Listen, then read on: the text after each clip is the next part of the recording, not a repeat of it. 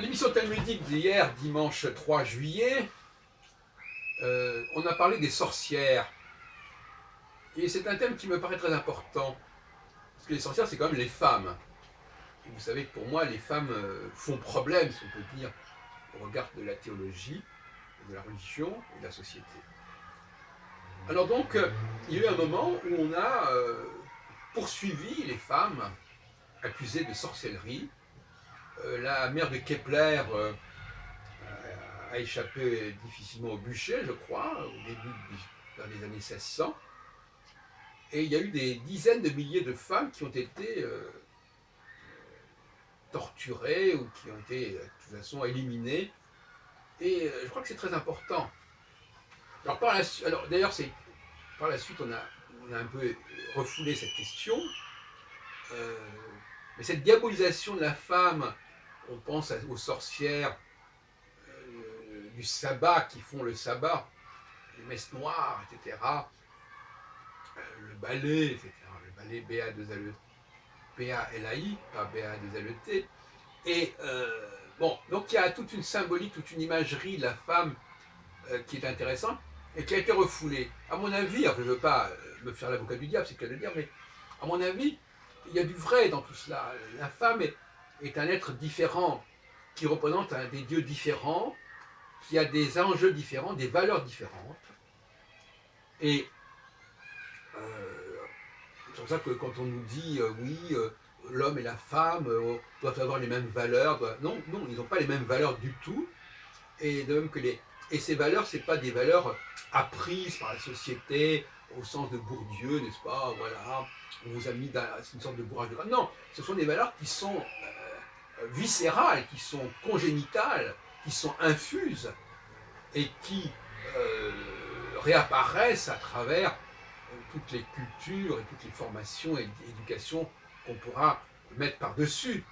C'est la fameuse expression une emplate sur une jambe de bois. Il y a des choses qui sont très profondément instruites, instaurées en nous-mêmes et qui ressurgissent et qui sont de beaucoup plus grande force que tout ce qu'on peut nous mettre dans la tête de l'extérieur. Là, c'est des choses qui sont de l'intérieur. Donc les arguments sur lesquels les femmes, c'est la fameuse théorie du genre, les femmes ne seraient femmes que parce qu'elles ont reçu une certaine éducation, pour moi c'est du pipeau. Jusqu'à un certain point, bien entendu, il y a des marques de manœuvre qui peuvent être faites. Les femmes peuvent jouer un certain rôle dans la société, qu'on leur a interdit de jouer pendant un certain temps, mais ce rôle, alors c'est assez paradoxal, mais aujourd'hui, les choses sont beaucoup plus claires qu'avant.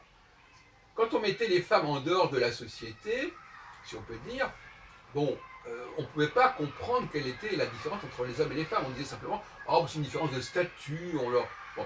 Mais maintenant qu'elles sont impliquées dans la société, on voit mieux les différences. C'est ça le paradoxe. On voit mieux les limites. Ce que beaucoup de commentateurs, ils parlent d'un plafond de verre. Oui, elles peuvent, jusqu'à un certain point, dans un certain type d'activité, elles ont le même statut, mais au-delà, on ne les laisse pas passer, on ne leur donne pas de place, etc.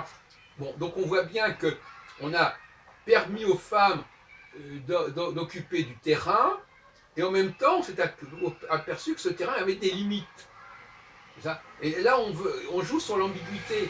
Oui, effectivement, on ne les a pas utilisées autant qu'on aurait pu le faire par le passé. Bon. Et d'ailleurs, demain, on ne sait pas très bien ce qui va se passer avec le développement technologique, des machines, de l'informatique. Il est possible que le rôle des femmes dans la société du XXe siècle soit une parenthèse, quelque part, ait été une parenthèse. Puisque avant, on ne les laissait pas faire, et après, ce qu'elles font peut être fait par des machines. Donc, au contraire, c'est pour ça que mon discours, il vient maintenant et pas avant, etc. Parce que c'est maintenant qu'on y voit clair, en fin de compte. On y voit clair.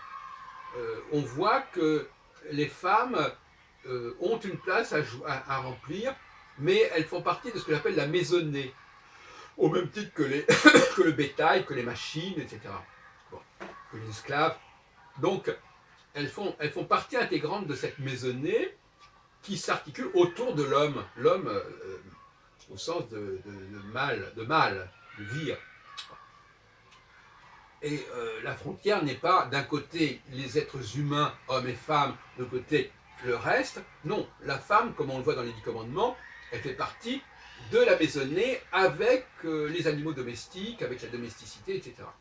Et c'est là que le débat se trouve, et c'est là qu'il y a une rupture épistémologique à faire. C'est la question des androïdes, là, justement.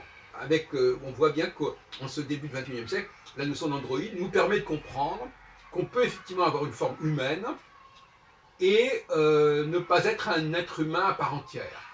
C'est-à-dire ou si on peut préférer, être une forme de mutant, d'être humain appareillé, et de toute façon, c'est vers cela qu'on va, de toute manière. Donc, de toute façon, voyez-vous, voilà, la science rejoint la fiction.